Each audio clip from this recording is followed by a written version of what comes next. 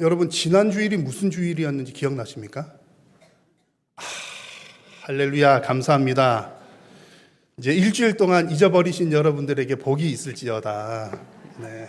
지난 주일은 오늘은 성령 강림 주일이잖아요. 지난 주일은 그래도 기억 안 나시는 분들에게 은혜가 있을지어다. 지난 주는 이단 경계 주일이었죠. 지난주 이단 경계 주일이었습니다. 그래서 여러분 정말 감사합니다. 잊어버리셔야 제가 한 번이라도 더 이렇게 얘기를 할 수 있잖아요. 그래서 이단 경계 주일 지나면서 하나님을 믿고 사랑하지만 열심히 사랑하더라도 진리 안에서 하는 것 아니면 위험하다. 그 말씀을 함께 나누었습니다.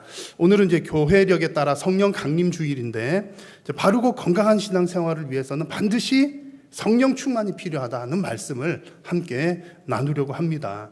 그래서 이제 여러분 이단 경계 주일 지나면서 이단도 조심해야 되지만 평소 신앙생활 할 때도 조심해야 될 것들이 참 여러 가지들이 있습니다. 특히 뭐가 있냐면 율법주의 조심해야 되고요, 무율법주의를 조심해야 됩니다.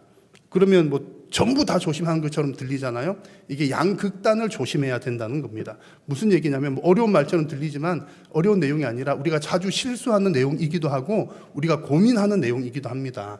율법주의를 조심해야 된다는 말은 내가 어떤 행위를 통해서 내가 자신의 어떤 것들을 이루려고 한다는 그런 부분들입니다. 나 자신 행위로 나 자신을 의롭게 하려고 하는 거, 이게 율법주의거든요. 여러분, 우리는 믿음으로 구원을 받았습니다. 우리가 다 알고 있는 내용이지만 믿음으로 구원받았다고 아멘 해놓고서도 어느 순간에 가면 뭔가 좀 부족함이 느껴집니다. 내가 정말 예수님 믿는 것만으로 괜찮을까?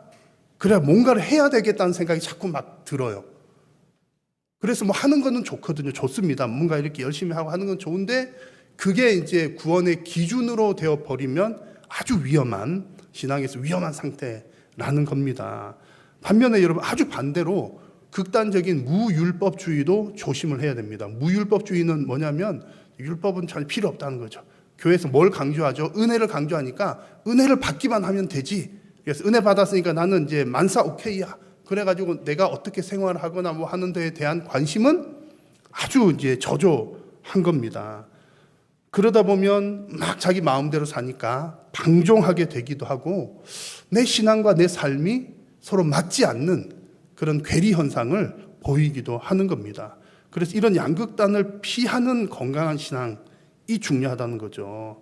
은혜를 받았으니까 마음대로 사는 것도 아니요, 또 내 힘으로 율법을 잘 지키면서 인정을 받으려고 하는 것도 아닌 은혜를 받았기 때문에 자연스럽게 순종하는 삶, 그게 가장 건강한 삶입니다.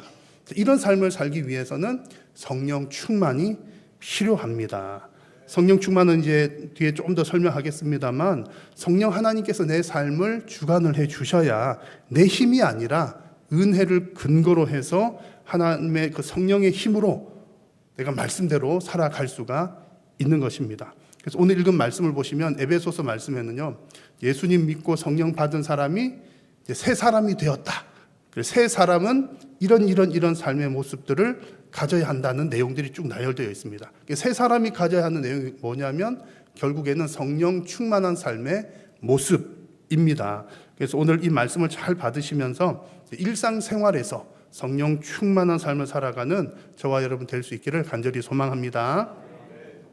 자, 먼저 여러분 잘 아시는 내용이겠습니다만 먼저 우리가 이 성령에 관한 얘기를 나누기 전에 성령께서 어떻게 오시는가, 또 성령 충만이 무엇인가를 짧게 다시 한번 우리가 짚고 넘어가야겠습니다. 하나님은 성부, 성자, 성령 하나님 삼위로 존재하십니다. 하나님은 언제부터 계셨습니까? 영원 전부터 언제까지요? 영원까지. 그러니까 끝과 시작도 없으신 분이세요. 처음이요, 알파요, 오메가라는 말 쓰지만 사실은 처음과 끝도 없으신 영원한 분이십니다. 삼위 하나님 그렇게 함께 계시는데 약 2000년 전에 성자 하나님이신 예수님께서 이 땅에 오셨습니다. 무엇을 하기 위해서요? 십자가 지시고 죽으시기 위해서 오셨습니다. 그리고 나서 예수님께서 죽으시고 부활하신 이후에 한 가지 약속을 하셨어요. 제자들에게. 내가 또 다른 누구를 보내겠다?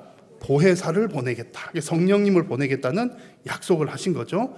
그 약속을 따라 예수님 부활하신 이후에 50일째 되는 날 성령께서 기도하는 제자들에게, 사람들에게 나타나셨습니다. 우리는 그것을 보고 성령 오순절 성령 강림 사건이라고 부릅니다. 오늘이 바로 그 날을 기념하는 날인 거죠. 자, 근데 이제 이 부분에서 성령께서 이 땅에 오신 이 사건에서 아주 중요한 부분은 이것입니다.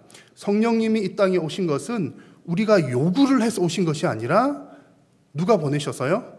예수님께서 보내셔서 오셨다는 겁니다. 그래서 예수의 영이라고도 부릅니다. 물론 제자들도 간절한 마음으로 기도를 했지만 결론적으로는 제자들이 기도했기 때문에 왔다 이게 아니라 예수님이 보내셔서 오셨다는 얘기입니다. 그러면 예수님께서는 무엇을 하기 위해서 성령을 보내셨나요? 간단하게 대답하면 이렇습니다. 예수님은 지금 더 이상 제자들과 같이 계시지 않습니다. 왜냐하면 부활하시고 승천하셔서 하나님 보좌 우편에서 뭐 하고 계셔요? 우리를 위해서 중보하고 계십니다. 또 하나님 보좌 우편에서 뭐 하고 계시냐면 신랑 되신 예수님께서 신부된 우리 성도들을 맞이하기 위해서 처소를 준비하고 계십니다. 나중에 이제 마지막 날에 이제 신랑 신부 혼인 잔치가 일어날 때를 준비하고 계신 거죠. 여튼 이제 예수님은 그렇게 계신 거고, 그래서 이 땅에 계시지 않기 때문에 남은 사람들을 어떻게 해요? 그대로 내버려 둘 수 없으니 성령으로 오셔서 성령 하나님께서 성령으로 오셔서 성도들과 함께 하시면서 그들에게 믿음이 생기게 하시고 믿음을 돕는 그런 역할을 하시는 겁니다. 그래서 그 2000년 전에 그런 목적으로 이 땅에 오신 성령 하나님께서는 지금 이 시대에도 여전히 우리 각 사람들에게 임재하고 계십니다. 성령께서는 어떻게 임재하십니까? 중요한 사실은 이것입니다. 성령께서 우리 각 사람에게 누군가에게 임재하실 때는 하나님의 주권대로 임재하십니다. 이것 역시 마찬가지로 내가 막 이렇게 성령을 받고 싶어가지고 성령이여 오시옵소서 한다고 오시거나, 아니면 제가 여러분 영빨이 좀 있잖아요. 아멘도 안 하시는군요. 일단 제가 영빨이 좀 있어가지고 이제 제가 딱 보고 누구 아무개 집사님 이제 성령 필요하겠군요. 성령이여 아무개 집사에게 갈지어다. 아멘도 안 하시는 거예요. 그렇다고 이제 가는 거 그런 거 아니란 얘기입니다. 성령 우리가 뭐 오라 가라 하시는 분이 아니라 성령님께서 주권적으로 임재하신다는 이야기입니다. 이게 아주 중요합니다. 물론 우리가 간절히 사모하는 마음으로 기도할 수 있습니다. 그리고 하나님의 말씀을 들으면서 기도하면서 사모하면서 기다릴 수 있어요. 근데 중요한 것은 그렇게 할 때 오시고 안 오시고는 누가 판단하셔요? 성령 하나님께서 하신다는 겁니다. 자, 오늘 에베소서 지금은 4장을 읽었는데 1장의 말씀을 보시면 이런 말씀이 나옵니다. 그 안에서 너희도 진리의 말씀 곧 너희의 구원의 복음을 듣고 그 안에서 또한 믿어 약속의 성령으로 인치심을 받았다는 말씀이 나옵니다. 성령께서 우리에게 어떻게 임재하시는가에 관한 과정이 좀 나오는 부분입니다. 복음을 듣고 또 복음을 믿고 성령께서 인치신다는 겁니다. 근데 이 중간에 보면 다른 말씀과 더불어 보면 한 가지가 더 조금 추가 설명이 필요합니다. 우리가 하나님의 말씀을 들을 때에 믿음이 생깁니다. 그래서 믿음은 그냥 내가 어느 날 벽 보고 있다가 짠 생기는 게 아니라 하나님이 어떤 분이시고 예수님은 누구시고 하는 하나님의 말씀을 들어야 그 말씀을 믿는 거예요. 그 말씀은 들어야 믿음이 생기는데, 말씀을 듣는다고 해서 다 100% 믿음이 생깁니까? 아니면 안 생기는 사람도 있습니까? 딱 봐도 안 생기는 사람도 있잖아요. 막 매일 전도하고 누구에게 얘기하고 집에 가가지고 남편에게 자식에게 너 하나님 말씀 좀 들어봐, 이렇게 하나님은 살아계신 분이야 얘기를 해도 들어도 안 믿는 사람이 있습니다. 어떻게 된 일일까요?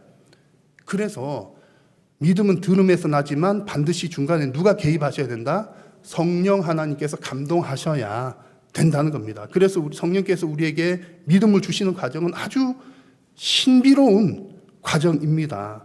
우리로 하여금 믿게 하시는 분이 성령 하나님이시고 그것은 하나님의 주권에 달려 있고, 나에게는 왜 안 주고 저 사람한테는 왜 줘요? 우리가 관여하거나 알 수 없는 일입니다. 분명한 것은 하나님의 주권이다라고 하는 것입니다. 그래서 분명한 사실은 내가 이제 예수님께서 오신 것이 예수님이 나의 구원자이신 것이 믿어진다면 그것은 무슨 증거다? 성령께서 나에게 오신 증거가 된다는 겁니다. 고린도전서 12장 3절에 성령으로 아니하고는 누구든지 예수를 주라고 할 수 없다고 하셨기 때문입니다. 그래서 이 부분 여러분, 성령께서 우리에게 임재하시는 과정은 어떻다? 하나님의 말씀을 들을 때에 성령께서 주권적으로 오시는 그 과정을 통해서 우리가 성령을 받는 것이다. 그러면 내가 성령을 받았는가 안 받았는가를 거꾸로 말하면 어떻게 알 수 있어요? 하나님, 내가 교회 생활 한 10년 했는데 목사님, 전 성령을 받았는지 안 받았는지 모르겠어요. 그러면 이제 어떻게 알 수 있습니까? 1번 방언 기도하는지를 보면 알 수 있다. 2번 예수님을 믿는지를 물어보면 알 수 있다. 1번일까요? 2번일까요? 네, 2번일 거예요. 오늘 고린도 전서 말씀처럼 예수님이 나의 주인 되시는 것, 구주 되신 것, 구원자 되시는 것, 내가 죄인인 것 믿어지고 끄떡끄떡 되면 그 마음에 누가 감동하신 거라고요? 성령께서 감동하셨다는 겁니다. 그러니까 여러분, 그냥 뜬금없이 당신은 죄인이고 예수님 믿었으니까 믿으면 당신 구원받습니다, 이게 뜬금없이 했을 때 이게 믿어질 일이 아니에요. 이게 상식적으로 생각하면. 그래가지고 실제로 여러분 이런 말로 전도하다가 뭐 혼나거나 뺨 맞거나 그런 일도 막 일어나잖아요. 상식적으로 볼 때 이해가 될 만한 일이 아닌 겁니다. 근데 어느 날 마음에 그것이 아멘, 믿습니다, 그렇습니다, 고개가 끄덕끄덕 되는 이유가 성령께서 우리에게 믿음을 주셨기 때문인 겁니다. 여러분, 그러므로 예수 그리스도를 구주로 믿는 여러분들은 이미 성령을 받으신 줄로 믿습니다.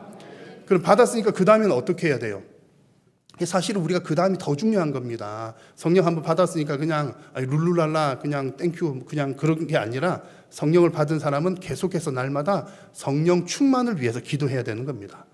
성령이 오셨는데 성령이여 오시옵소서 이렇게 기도하는 것은 목만 좀 아프고 조금 이상한 일이에요. 이미 오셨는데 우리 마음속에 성령님이 나 여기 있다 뭐 그러실 수 있잖아요. 그래서 우리가 부르짖어 기도하는 것은 물론 뭐 찬양의 가사나 간절히 사모하는 마음으로 성령이여 오시옵소서 이런 표현을 사용할 수 있지만 이미 우리 속에 성령이 오셨는데 그 다음 계속 기도해야 될 것은 성령 충만하기를 기도해야 된다는 겁니다.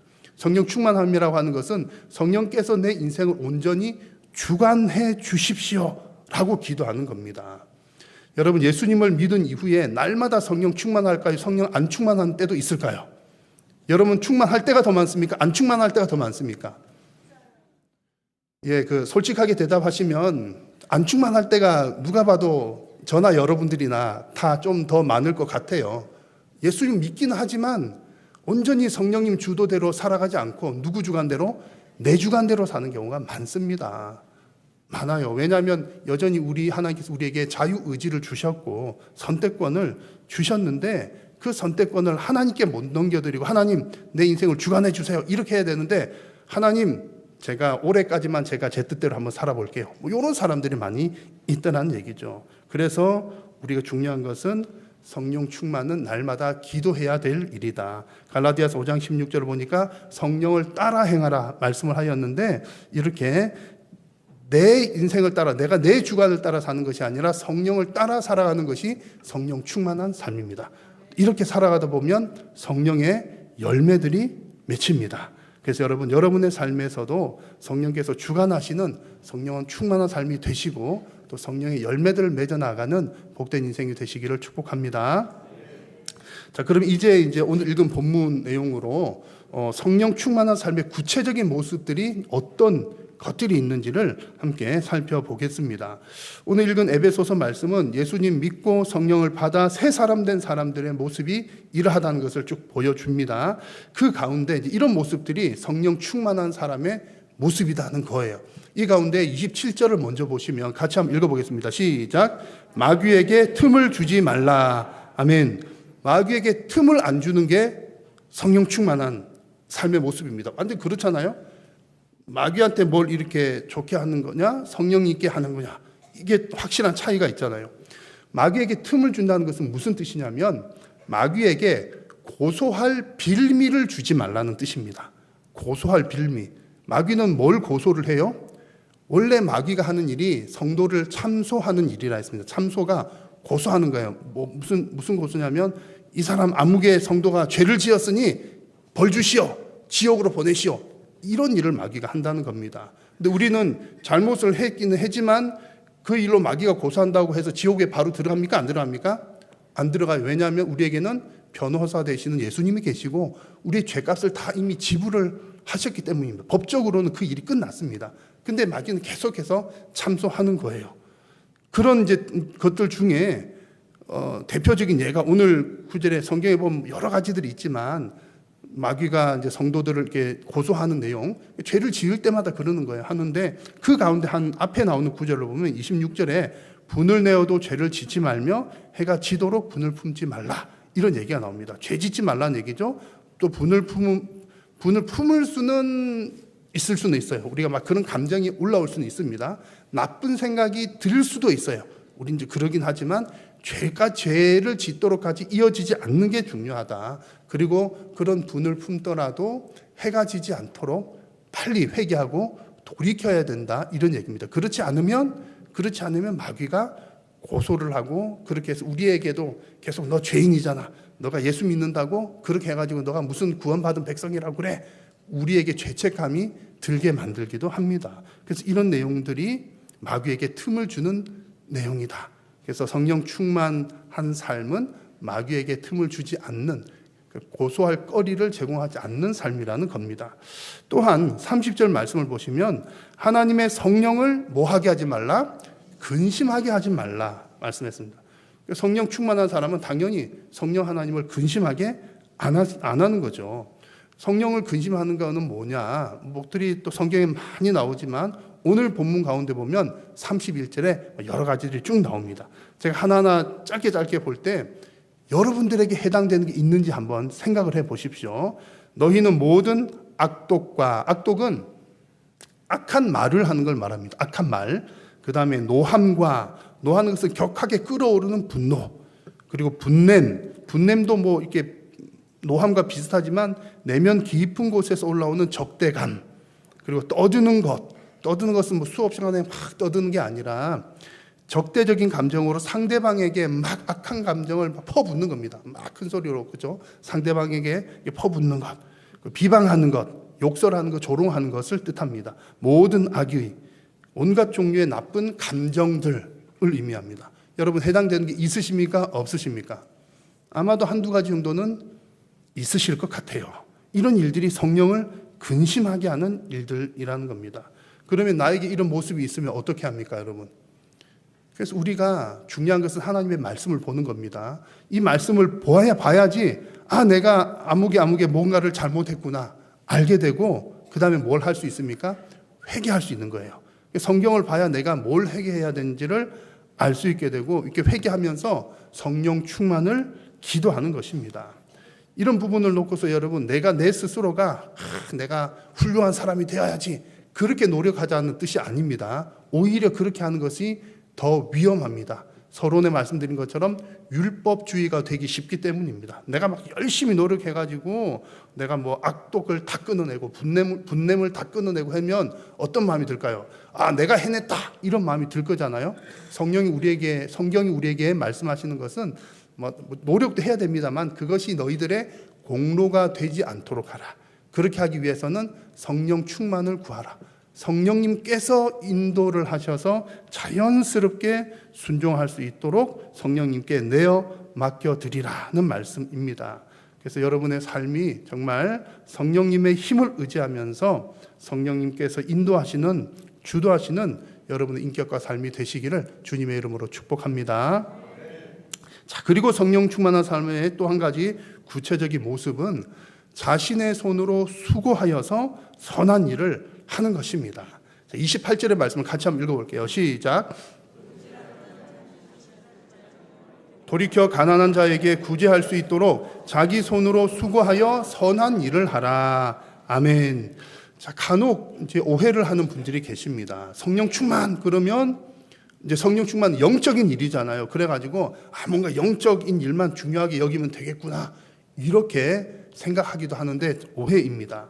그렇게 해서 막 영적인 것만 중요해 그러다 보면 땅의 일들에 대해서는 소홀하게 여기는 경우들이 생겨납니다. 그러나 성경이 우리에게 가르쳐 주는 바는요, 성령으로 새롭게 되고 또 성령으로 충만한 사람은 영적인 일을 추구한다고 해서 이 세상의 일들을 게을리하지는 않는다는 겁니다. 오히려 오늘 말씀처럼 더 손으로 더 수고하고 선한 일을 한다는 얘기입니다.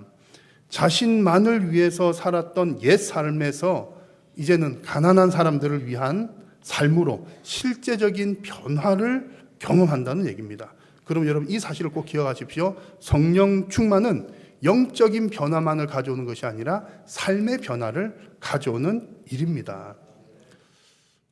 제가 오래전에 청년 즈음이었습니다. 이제 이런 제가 알았던 사람 중에 이런 사람이 있습니다. 학생들, 청년들 때에는 수련회를 가면 수련회 은혜를 많이 받잖아요.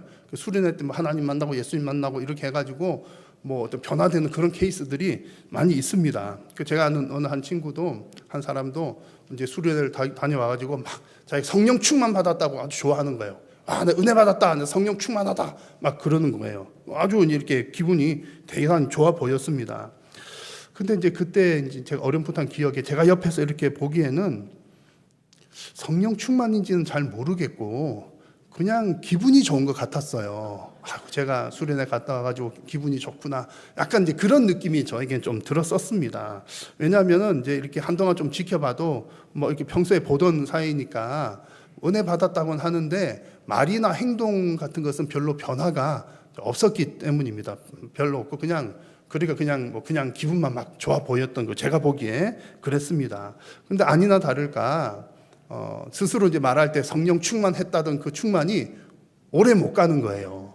지금은 어떻게 하고 있는지 모르겠는데 제 이제 오래전 그 기억으로는 어쨌든 그래가지고 그 이후에 교회 생활을 제대로 안 했던 그런 기억이 있습니다. 무슨 얘기를 이제 드리냐면 성령 충만하다는 것은 나의 어떤 기분의 변화를 얘기하는 게 결코 아니란 얘기입니다. 내가 업되고 한다고 이게 성령 충만한 거야. 그것도 한 부분일 수는 있습니다만 그게 다가 아니라는 겁니다. 진짜 성령 충만은 영적인 변화, 육적인 변화를 함께 가져옵니다. 그래서 여러분 은혜 받았다는 것은 마음으로만 그냥 충만한 그 느낌이 아니라 삶으로 드러나야 한다는 얘기입니다. 삶으로 드러나는 게 뭡니까? 어떻게 삶으로 드러납니까?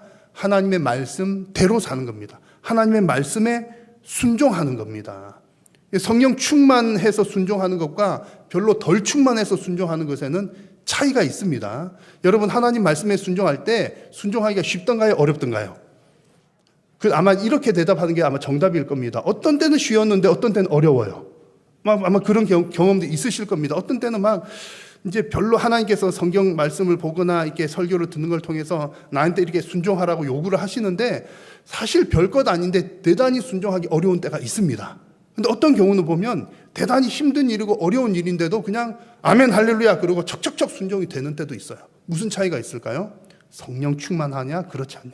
내가 내 계산하고 내 인생 생각하고 내가 어떻게 해볼까를 생각하면 순종이 어려운 겁니다. 그러나 성령께서 내 마음도 주관하시고 또 삶을 다 인도하시는 그런 상태에서는 성령으로 충만한 상태에서는 좀 어려운 말씀이라든지 그런 부분들도 그냥 내가 하는 것보다 쉽게 내가 옛날에는 의무감이나 억지로 했다면 이제는 그게 아니라 감사함으로 자연스럽게 순종이 되는 겁니다. 이게 여러분 성령 충만한 사람의 모습입니다. 여러분의 삶이 성령 충만하여서 자연스럽게 열매를 맺는 그런 신앙 되시기를 주의 이름으로 축복합니다. 자, 오늘 본문에서 성령 충만한 사람의 모습을 한 가지만 더 찾는다면 입술의 성화입니다. 입술의 뭐요? 성화. 입술이 거룩하게 변화된다는 거예요. 말이 바뀐다는 거죠. 자, 29절의 말씀을 같이 한번 읽겠습니다. 무릇 더러운 말은 너희 입 밖에도 내지 말고 오직 덕을 세우는 데 소용되는 대로 선한 말을 하여 듣는 자들에게 은혜를 끼치게 하라. 아멘. 여러분 성령에 이끌리는 사람은 옛사람의 말을 다 버립니다. 말이 대단히 중요합니다. 말은 다 버리고 새 사람의 말을 사용합니다. 새 사람의 말은 덕을 세우는 선한 말입니다. 여기서 세운다는 말은 집을 짓는 것과 같거든요. 그래서 덕을 세우는 선한 말이라고 하는 것은 결국은 교회 공동체를 세우는 선한 말이다는 겁니다. 우리가 교회를 세운다 그럴 때 봉사로도 직분으로도 여러 가지들이 있지만 서로 간의 선한 말들로 교회 공동체를 세워간다는 뜻입니다. 그럼 어떤 말이 선한 말이고 교회 공동체를 세우는 말일까요? 성경에 보면 말에 관한 구절들이 대단히 많이 나오는데 세 가지 구절을 소개를 해드리겠습니다. 첫 번째는 맛있는 말입니다. 맛있는 말. 골로새서 말씀에 너희 말을 항상 은혜 가운데서 무엇으로 맛을 냄과 같이 소금으로 맛을 냄과 같이 알아. 그리하면 각 사람에게 마땅히 대답할 것을 알리라. 여기 소금으로 맛낸다는 것은요, 단짠 맛이잖아요. 단짠을 얘기하는구나, 그런 것은 아닙니다. 소금으로 맛을 내라 했을 때는 소금으로 맛을 낸다, 적절하게 하는 거 있죠. 간이 잘 맞다, 이런 표현. 간이 잘 맞는 게 진짜 다른 사람에게 도움이 되는 거잖아요, 그렇죠? 막 설탕 이만큼 때려붓고 그러면 맛은 있지만 당이 올라갈 수 있으니까. 그러나 이제 적절하게 소금을 잘 하면 다른 사람에게 건강에 도움을 주고 맛있게 하는 그런 유익을 끼칩니다. 그래서 뒷부분에 각 사람에게 마땅히 대답할 것을 알리라. 그런 말들은 다른 사람들이 어떤 질문을 해왔을 때에 적절한 대답을 줄 수 있다. 도움을 준다는 겁니다. 그 첫 번째, 맛있는 말, 소금으로 맛을 내는 것은 공동체에 도움을 주는 말입니다. 두 번째는 잠언 25장에 경우에 합당한 말은 아로 새긴 은쟁반에 금사관이라. 은쟁반에 금사과가 딱 있다고 이렇게 생각을 해보십시오. 어떤 생각이 먼저 드십니까? 예쁘다, 그런 생각이 들겠죠. 번쩍번쩍 예쁘고 아름답다는 생각이 들 겁니다. 경우에 합당한 말은 아름다운 말이다. 아름다운 말로서 공동체를 건강하게 세운다는 겁니다. 세 번째는 잠언 16장에 선한 말은 꿀송이 같아서 마음에 달고 뼈에 양약이 되느니라. 꿀송이 같이 선한 말은요, 마음에도 달고 마음도 치유하고 뼈에도 양약이 되느니라.